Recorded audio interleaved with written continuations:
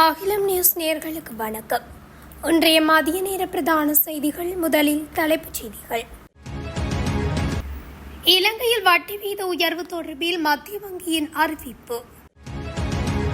அம்பாறையில் பாரிய விபத்து, இளைஞர்கள் 2 பலி.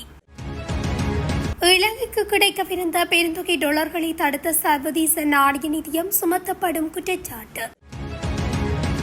டிக்கோயா இரட்டை கொலை சந்தேக நபர் தப்பியோட்டம், அவசர உதவி கோரும் போலீசார். அரசாங்க விசேட விடுமுறை அறிவிப்பு. வெலிக்கடை போலீஸ் நிலைய பொறுப்பதிகாரி கைது. 203 பேர் மூளை காய்ச்சலினால் பாதிப்பு, மக்களே அவதானம்.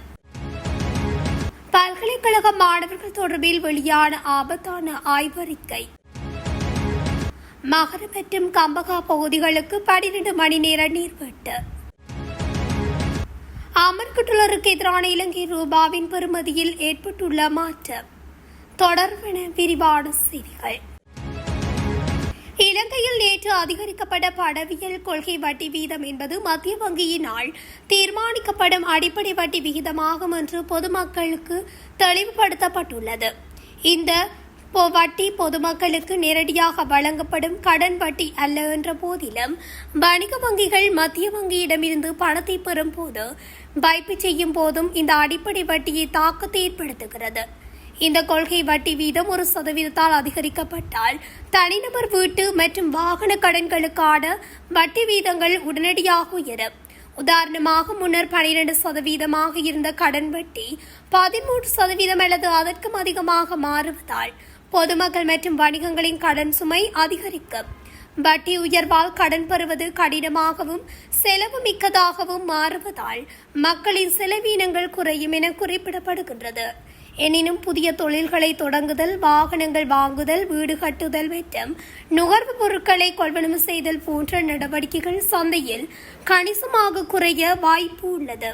பொதுமக்களுக்கும் வணிகங்களும் குறைவாக கடன் பெறுவதால் சந்தையில் பணப்புழக்கம் குறைந்து பொருட்களுக்கான தேவையும் வீழ்ச்சியடையும். சந்தையில் பணப்புழக்கம் அதிகமாக இருந்தால் பொருட்களின் விலை உயரும் என்பதால் பணவீக்கத்தை கட்டுப்படுத்துவதே இந்த வட்டி வீத உயர்வின் முதன்மை நோக்கமாகும். அம்பாறை காவல்துறை பிரிவுக்குட்பட்ட டிராக்டர் சந்திக்கு அருகில் டிப்பர் வாகனம் ஒன்று முச்சக்கர வண்டியுடன் மோதி விபத்துக்குள்ளானதில் 2 இளைஞர்கள் உயிரிழந்துள்ளனர்.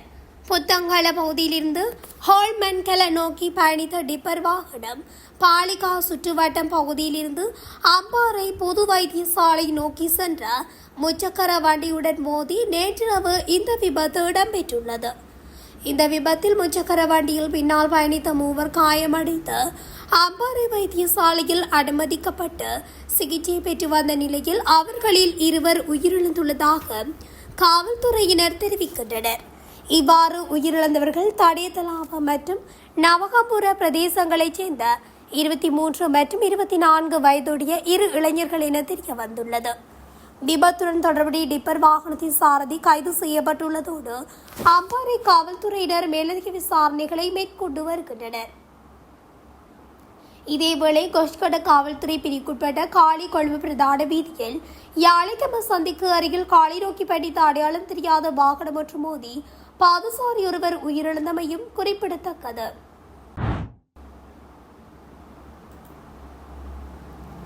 இலங்கைக்கு வெளிநாடுகளிலிருந்து கிடைக்கவிருந்த 23 மில்லியன் அமெரிக்க டாலர் நன்கொடையை நாட்டுக்குள் கொண்டுவர சர்வதேச நாணய நிதியத்தின் விதிமுறைகள் அனுமதிக்கவில்லை என பிரபல கலைஞர் சங்கீத் விஜயசூரிய தெரிவித்துள்ளார். ஜனாதிபதி அனுரகுமார் திசாநாயக்கவின் தேர்தல் வெற்றிக்கு பின்னர் இந்த தொகை கிடைக்கப்பெறவிருந்தது என குறிப்பிட்டுள்ளார். கடந்த ஜனாதிபதி தேர்தலின் போது அனுரகுமார் திசாநாயக்கவுக்காக தான் தீவிரமாக பிரச்சாரம் செய்ததை நினைவு கூர்ந்த சங்கீத் அனுர ஆட்சிக்கு வந்தால் இலங்கைக்கு நிதி உதவி வழங்க வெளிநாட்டு ஆதரவாளர்கள் தயாராக இருப்பதாக தான் மேடைகளில் பகிரங்கமாக கூறியிருந்ததை ஒப்புக்கொண்டார். தேர்தல் வெற்றிக்கு பின்னர் ஆஸ்திரேலியா மற்றும் ஐக்கிய ராஜ்யம் உள்ளிட்ட நாடுகளைச் சேர்ந்த 4 பேர் கொண்ட குழுவினர் இலங்கைக்கு சுமார் 23 மில்லியன் அமெரிக்க டாலர் நிதியுதவி வழங்க தயாராக இருப்பதாக தன்னிடம் தெரிவித்தனர் என்றும் சங்கீத் கூறியுள்ளார். அவர்கள் இந்த தொகையை ஒரு முதலீடாக வழங்க விரும்பவில்லை. மாறாக பொருளாதார நெருக்கடி இருக்கும் இலங்கைக்கு ஒரு நேரடி நிதி உதவியாக மட்டுமே வழங்க முன் வந்தனர்.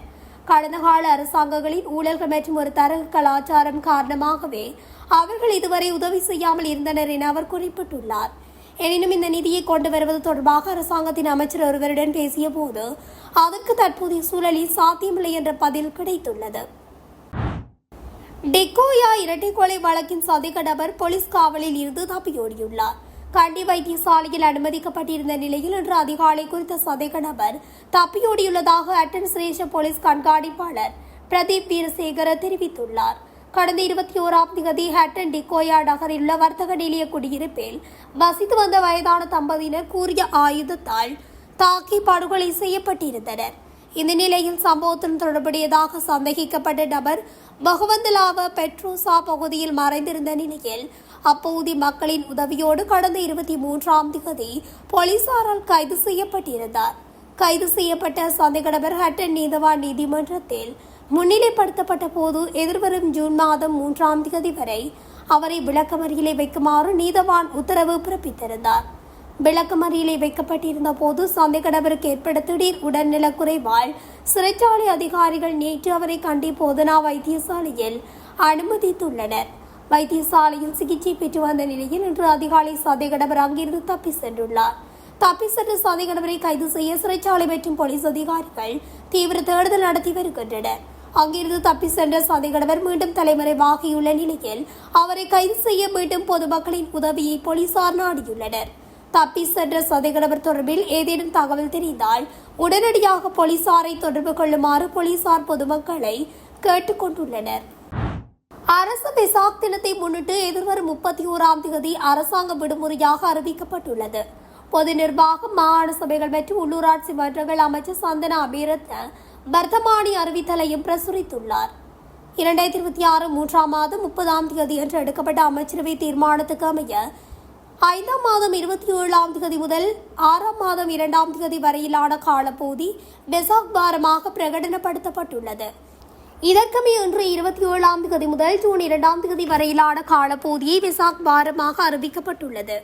அதன்படி 2026ஆம் ஆண்டுக்கான அரசு வெசாக் உற்சவத்தின் உத்தியோகபூர்வ நிகழ்வு மே மாதம் 30ஆம் தேதி ஏற்பாடு செய்யப்பட்டுள்ளது. இதற்கமைய அடுத்த நாளான மே மாதம் 31ஆம் தேதியை அரசாங்க விடுமுறை தினமாக பிரகடனப்படுத்தி பொது நிர்வாக, உள்நாட்டு அலுவல்கள், மாகாண சபைகள் மற்றும் உள்ளூராட்சி அமைச்சு அதிவிசேட வர்த்தமானி அறிவித்தலையும் அண்மையில் வெளியிட்டிருந்தமை குறிப்பிடத்தக்கது. வெலிக்கடை போலீஸ் நிலைய பொறுப்பதிகாரி கைது செய்யப்பட்டுள்ளார். பேங்கொடையில் உள்ள மத்திய குற்ற புலனாய்வு பிரிவினர் குறித்த அதிகாரியை கைது செய்துள்ளனர். சீன நாட்டவர்கள் 19 பேரின் கடவுச்சீட்டுகளை சட்டவிரோதமாக வைத்திருந்த குற்றச்சாட்டின் கீழ் போலீஸ் பொறுப்பதிகாரி கைது செய்யப்பட்டுள்ளதாக தகவல்கள் வெளியாகியுள்ளன. நாட்டின் பல பகுதிகளில் இருந்து இதுவரையில் 203 பேர் மூளைக்காய்ச்சலினால் பாதிக்கப்பட்டுள்ளதாக சுகாதார அமைச்சு தெரிவித்துள்ளது. தெனியாய, தியத்தலாவ, ரிப்பெல்ல, கஸ்கட, கட்டி உள்ளிட்ட பகுதிகளில் இருந்து பாதிப்புகள் குறித்து பதிவாகியுள்ளது. நோய் பரவலை கட்டுப்படுத்த தேவையான முன்னெச்சரிக்கை நடவடிக்கைகளை மேற்கொள்ளுமாறு மக்களுக்கு அறிவுறுத்தப்பட்டுள்ளது. இலங்கை பல்கலைக்கழகங்களில் பட்டப்படிப்பை மேற்கொள்ளும் மாணவர்களிடையே மனச்சோர்வு மற்றும் பதட்டம் போன்றன உயர்மட்டத்தில் காணப்படுவதாக தெரியவந்துள்ளது. கோவிட்-19 பெருந்தொற்றுக்கு பின்னர் இதுவரை ஏற்பட்டுள்ள பொருளாதார நெருக்கடி காரணமாக மன அழுத்தம் உயர்மட்டத்தில் காணப்படுவதாக சிறுவர் மற்றும் 11 வயது மனநலம் பற்றிய விசேட வைத்தியர்களால் நடத்தப்பட்ட ஆய்வொன்றின் மூலம் தெரிய வந்துள்ளது. சமீப காலமாக மேற்கொள்ளப்பட்ட உள்நாட்டு ஆய்வு மற்றும் ஆராய்ச்சி தரவுகளின்படி மருத்துவம், பொறியியல் மற்றும் மனித உரிமைகள் உள்ளிட்ட பல்வேறு பீடங்களைச் சேர்ந்த பெருமளவிலான மாணவர்கள் இவ்வாறு கடுமையான மன அழுத்தத்தினால் பாதிக்கப்பட்டுள்ளமை ஆராயப்பட்டுள்ளது. வாழ்க்கை செலவு, தங்குமிட வசதிகள், கல்வி உபகரணங்களுக்காக செலவிடப்படும் தொகை அதிகரித்தல், எதிர்காலம் குறித்த நிச்சயமற்ற தன்மை, பட்டப்படிப்பை பின்னர் வேலைவாய்ப்பு, தொழில் ஸ்திரத்தன்மை பற்றிய பயம், ஒரு பல்கலைக்கழக மாணவராக தங்கள் குடும்பத்தினர் தங்கள் மீது வைத்துள்ள அதிகப்படியான எதிர்பார்ப்புகளால் ஏற்படும் மனநிலை ஆகியன இந்த நிலைக்கு காரணங்களாக அமைந்துள்ளன. உயர்கல்வி முறைக்குள் நிலவும் கடுமையான போட்டித்தன்மை மாணவர்களின் மன அழுத்தத்துக்கு முக்கிய காரணியாக அடையாளம் காணப்பட்டுள்ளது. மேலும் அதிகப்படியான பாடத்திட்டம், தொடர்ச்சியான மதிப்பீடுகள் மற்றும் புள்ளி மதிப்பு குறித்த முக்கியத்துவம் காரணமாக திறமையான மாணவர்கள் கூட மன ரீதியாக பாதிக்கப்பட்டுள்ளதாக மருத்துவர்கள் தெரிவிக்கின்றனர். இதற்கு மேலதிகமாக சில பல்கலைக்கழகங்களில் காணப்படும் மாணவர்களிடையிலான பகுடிவதை விசேடமாக முதலாம் மாணவர்கள் கடுமையான அதிர்ச்சிக்கும் சமூகத்திலிருந்து தனிமைப்படுவதற்கும் மற்றும் தீவிர மன அழுத்தத்துக்கும் உள்ளாகின்றனர். மகரம் மற்றும் கம்பகா பிரதேச சபை பகுதிகளில் 12 மணி நேர நீர் விநியோக தடை நடைமுறைப்படுத்தப்பட உள்ளதாக தேசிய நீர்வளங்கள் மற்றும் வடிகால் அமைப்பு சபை அறிவித்துள்ளது. அதன்படி இன்று மாலை 7 மணி முதல் நாளை காலை 7 மணி வரை குறித்த பகுதிகளுக்கு நீர் விநியோகம் இடைநிறுத்தப்படும் என தெரிவிக்கப்பட்டுள்ளது. மத்திய அதிவேக நெடுஞ்சாலையில் முன்னெடுக்கப்பட்டு வரும் கட்டுமான பணிகளுடன் தொடர்புடைய நீர்க்குழாய்களை இடமாற்றம் செய்வதற்கான அத்தியாவசிய பராமரிப்பு பணிகள் காரணமாக இந்த நீர்வெட்டு மேற்கொள்ளப்படுவதாக அதிகாரிகள் தெரிவித்தனர். இதனால் பாதிக்கப்படும் பகுதிகளில் வசிக்கும் மக்கள் தேவையான அளவு நீரை முன்கூட்டியே சேமித்து வைத்துக் கொள்ளுமாறும் தேசிய நீர்வளங்கள் மற்றும் வடிகால் அமைப்பு சபை கேட்டுக் கொண்டுள்ளது.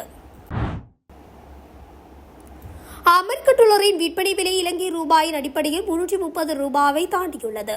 இலங்கை மத்திய வங்கியினால் இன்று வெளியிடப்பட்ட தினசரி நாணய மாற்று வீத அறிக்கையில் இந்த விடயம் தெரிவிக்கப்பட்டுள்ளது. அமெரிக்க டாலரின் கொள்முதல் விலை 320.40 ரூபாவாகவும் விற்பனை விலை 330.81 ரூபாவாகவும் பதிவாகியுள்ளது. அத்துடன் நேற்று இலங்கை மத்திய வங்கியினால் வெளியிடப்பட்ட நாணய மாற்று விகிதங்களின்படி அமெரிக்க டாலரின் கொள்முதல் விலை 318.32 ரூபாவாகவும் விற்பனை விலை 328.69 ரூபாவாகவும் அறிவிக்கப்பட்டிருந்தமை குறிப்பிடத்தக்கது. இத்துடன் அகிலம் நியூஸின் இன்றைய மதிய நேர பிரதான செய்திகள் நிறைவடைகின்றன. தொடர்ச்சியாக செய்திகளை அறிந்து கொள்ள அகிலம் நியூஸ் ஊடகத்துடன் இணைந்திருங்கள். நன்றி, வணக்கம். அகிலம், மாற்றத்திற்கான மக்கள் குரல்.